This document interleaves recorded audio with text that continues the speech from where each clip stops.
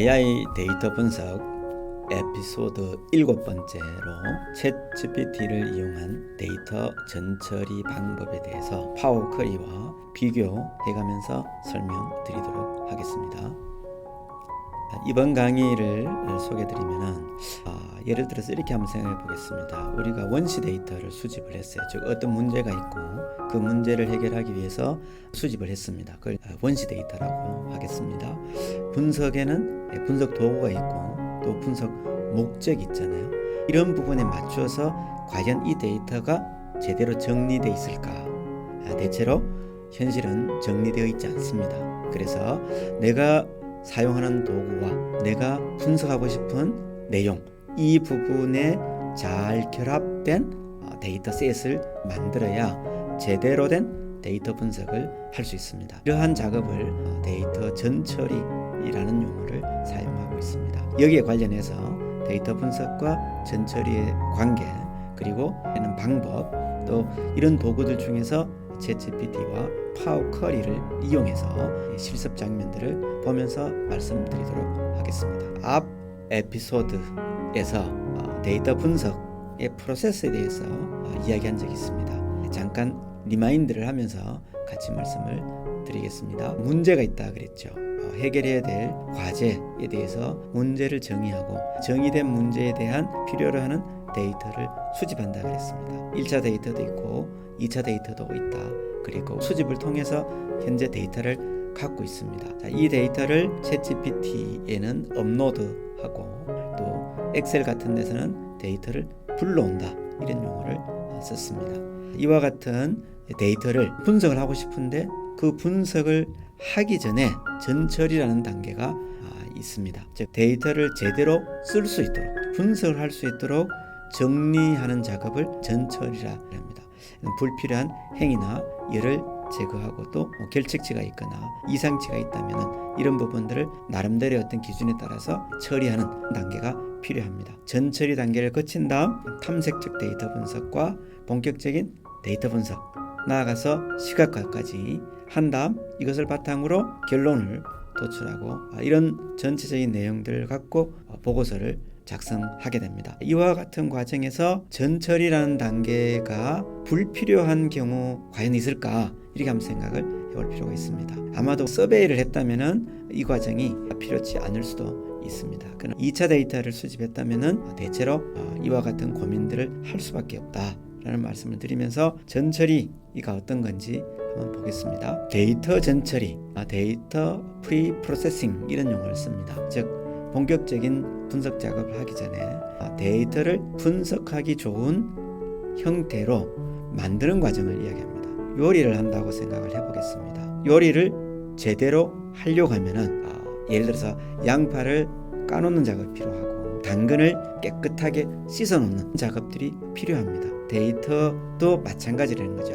원시 데이터를 통계 분석이 가능하도록 데이터를 검증하고 논리적인 모순이 있는지 없는지 이런 부분들을 찾아볼 필요가 있습니다. 우리가 앞쪽에서 서베이를 고민했었습니다. 설문지를 만들면서 구글 설문지에서 분기형 질문 섹션을 통해서 분기형이 가능하다 그랬습니다. 예 했을 때의 응답과 아니요 했을 때의 응답의 응답 항목이 다릅니다. 논리적으로 이 구성이 맞아야 되는데 아니요 했는데 예의 답이 계속 나오고 있다면 이건 문제가 있는 겁니다. 예 했다면은 아니요에 있는 답을 가서 하는 부분은 답이 나오면 안 되는 거예요. 수집된 데이터를 보고 이런 부분들을 정리자가 필요한데 오프라인 설문지 하면 이런 오류들이 엄청나게 많이 발생합니다. 온라인에서 사전 제어를 통해서 그 부분을 건너뛰도록 만들어 놨기 때문에 대부분 이런 오류가 없다고 볼 수 있습니다. 이런 과정들을 통해서 통계 분석의 오류를 최소화하는 이런 작업을 제대로 해놓지 않고 1시간, 2시간 작업을 한 다음 이런 오류를 발견했다. 그러면 지금까지 한 분석의 대부분은 백지화 시키고 새로 다시 분석을 해야 됩니다. 그래서 전처리 작업을 통해서 데이터셋을 확정하는 것은 매우 중요하다라는 말씀을 한 번 더 상기시켜서 설명을 드립니다. 이런 데이터 전처리의 주요 기법이 있는데 보통 4가지로 이야기를 합니다. 우선 정제라는 용어가 있습니다. 정제.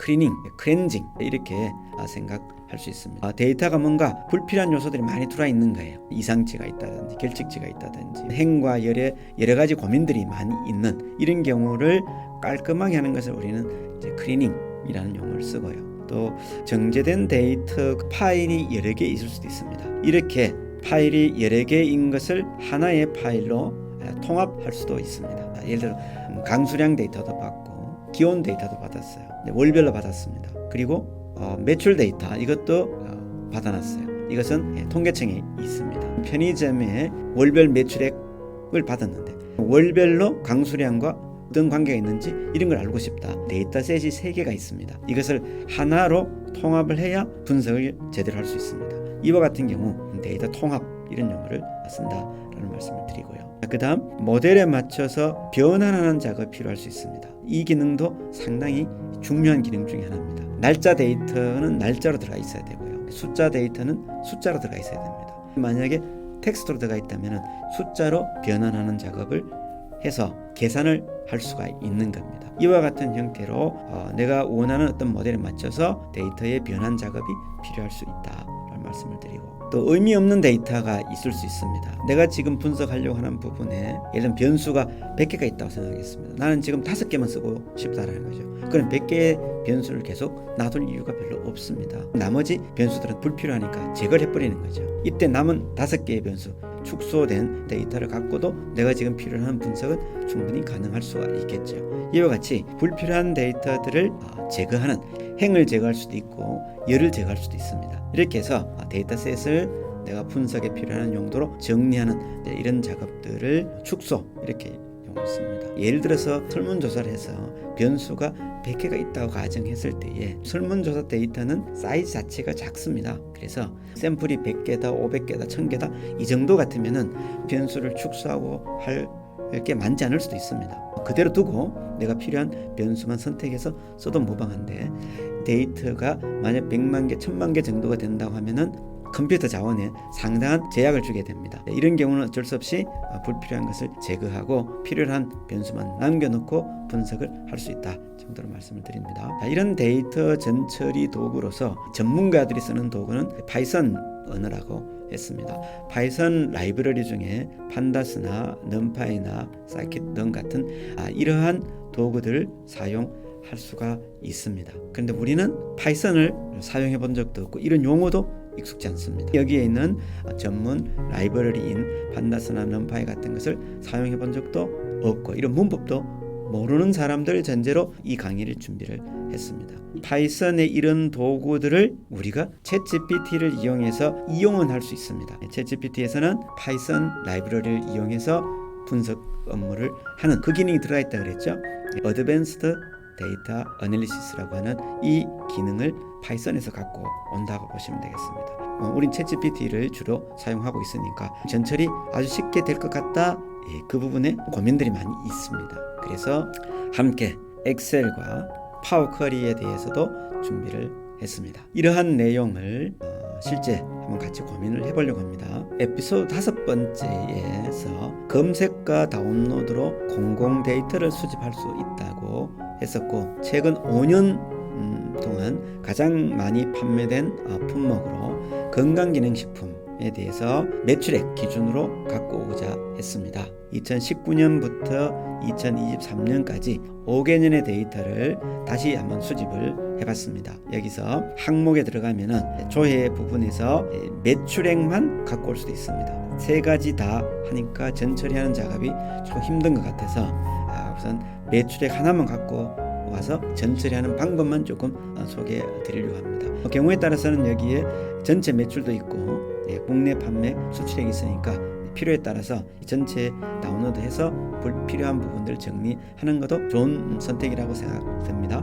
지금은 간단하게 보여드리기 위해서 매출액만 갖고 오겠습니다. 그리고 이렇게 갖고 올 때 CSV 파일, 엑셀 파일도 물론 가능하지만 CSV 파일로 인코딩 UTF-8 기준으로 다운로드 하시는 게 좋다 그랬고, 오름차순으로 그리고 조회 화면과 동일하게 다운로드 하면 됩니다. 이때 이 화면에 보시면은 여기에 메타 자료 받기라는 게 있습니다. 그리고 텍스트로 저장이 됩니다. 내가 다운로드 받은 이 내용에 대해서 여기에 메타데이터가 있으니까 참고로 보시고, 여기서 받은 데이터는 이렇게 들어가 있습니다. 품목별 1, 2019년부터 2023년까지 이렇게 매출액이 있고 합계가 있고, 합계는 이 밑에 있는 품목의 총계가 되겠죠.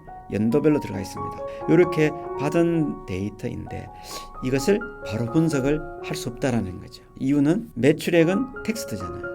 분석할 의미가 없는 거예요. 단지 이 2019년도에 매출액이 단위가 1,000원으로 들어가 있다 정도만 우리가 알 수가 있는 거예요. 여기에 개는 만약에 이 전체를 계산해 버리면은 이중 계산이 된다 그랬죠. 개를 제외한 나머지가 여기 있는 개 아니겠습니까? 그래서 이 개 행도 없어져야 되고, 이 품목별 매출액 된 이것도 불필요한 행위인 거예요. 열은 정리가 돼 있습니다. 이 열을 사전 정리를 한 게 요거죠. 만약 전체로 받았다면은 요 옆에 뭐가 돼 있을까요? 매출액과 국내 매출액과 수출액 세 가지가 총 5개년에 걸쳐서 데이터가 있을 거예요.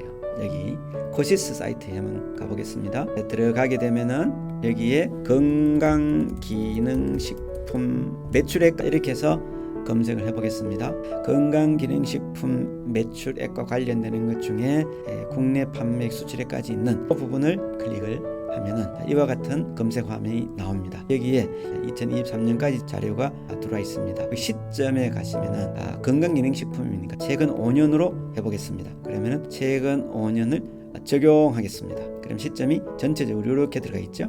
2019년도 매출액 1,000원 단위인데 이건 합계죠. 요 국내 판매액과 수출액의 합계가 전체 매출액 되겠습니다. 이런 내용으로 들어가 있는 것을 쭉 봤어요. 이렇게 해서 개별 인증 제품까지 들어가 있습니다. 그런데 이렇게 다운로드 해야 되고요. 여기에 다운로드 하면은 이렇게 바로 들어갑니다. 우선 뭘 하고 싶다? 조회 설정. 이 안에서 쿼리 기능이 들어가 있는 겁니다. 나는 국내 판매와 수출액을 대하고 전체 매출 요 하나만 다운로드 받겠다. 여기에 품목별도 있고 개를 제거해도 됩니다. 일단은 두고 가겠습니다. 시점도 있습니다. 여기 이렇게 해놓고 항목에서 요것만 체크가 돼 있습니다. 조회해 보겠습니다. 그럼 내가 원했던 형태로 데이터가 들어왔는 게 확인이 됐어요. 이제 뭘 하면 될까요?